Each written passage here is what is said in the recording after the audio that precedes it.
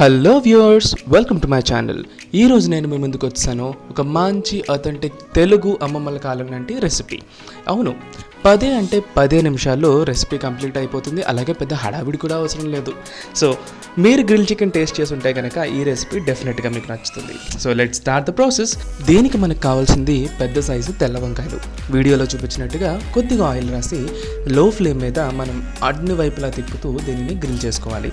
ఎప్పటి వరకు అంటే పైన స్కిన్ నల్లగా మారి లోపల మొత్తం మెత్తగా బాగా మగ్గే వరకు మనం తిప్పుతూ గ్రిల్ చేసుకోవాలి. మినిమం 10 to 15 minutes ఈజీగా పడుతుంది. సో దీనిని నెక్స్ట్ ఒక వాటర్లో వేసుకోవాలి. తర్వాత ఈ వాటర్లో వేసిన తర్వాత పైన స్కిన్ అనేది ఈజీగా రిమూవ్ అయిపోతుంది. సో జస్ట్ స్కిన్ రిమూవ్ చేసిన తర్వాత మనకి లోపల అదే గుజ్జు ఏదైతే ఉంటుందో దాన్ని స్మాష్ చేసుకోవాలి. ఆల్రెడీ అది బాగా స్మూత్గా ఉంటుంది కాబట్టి జస్ట్ హ్యాండ్తో స్మాష్ చేసినా కూడా సాఫ్ట్గా అయిపోతుంది. సో ఇప్పుడు 4 లేదా 3 పచ్చిమిరపకాయలను తీసుకుని ఒక ఫోర్క్కి దాన్ని పెట్టుకుని మనం ఇలా గ్రిల్ చేసుకోవాలి. సో ఈ రెసిపీలో ఎక్కువగా మనకి ఆ స్మోకీ ఫ్లేవర్ రావడం వల్ల టేస్ట్ సూపర్బ్ ఉంటుంది.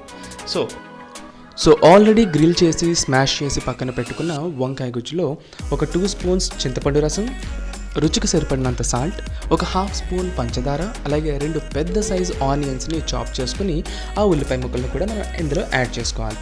సో షుగర్ మనం ఇందులో వేసిన పులుపుని బ్యాలెన్స్ చేస్తుంది. మన ఏ పులుసుల్లోనైనా కూరల్లో అయినా చింతపండు వాడినప్పుడు డెఫినెట్గా పంచదార కానీ బెల్లాన్ని కానీ యూస్ చేస్తారు, బికాస్ అది పులుపుని బ్యాలెన్స్ చేస్తుంది కాబట్టి. అండ్ దీనిని మనం రోట్లో కూడా రుబ్బచ్చా అని మీకు డౌట్ రావచ్చు. లేదండి, ఎందుకంటే ఇందులో ఉల్లిపాయలు కూడా మనకి పేస్ట్ అయిపోతాయి కాబట్టి మనం చేతితోనే దీనిని మిక్స్ చేసుకోవాలి. ఫైనల్గా ఆల్రెడీ గ్రిల్ చేసి పెట్టుకున్న పచ్చిమిర్చిని కూడా యాడ్ చేసి బాగా మిక్స్ చేసుకోవాలి. అండ్ దట్స్ ఇట్, మన రెసిపీ వంకాయ పచ్చడి రెడీ అయిపోయింది. సో మీకు ఎలా కుదిరిందో నా ఇన్స్టాగ్రామ్కి కానీ కామెంట్స్ రూపంలో కానీ తెలియజేస్తారా? అలాగే don't forget to subscribe my channel and for more videos press the bell icon. Thank you.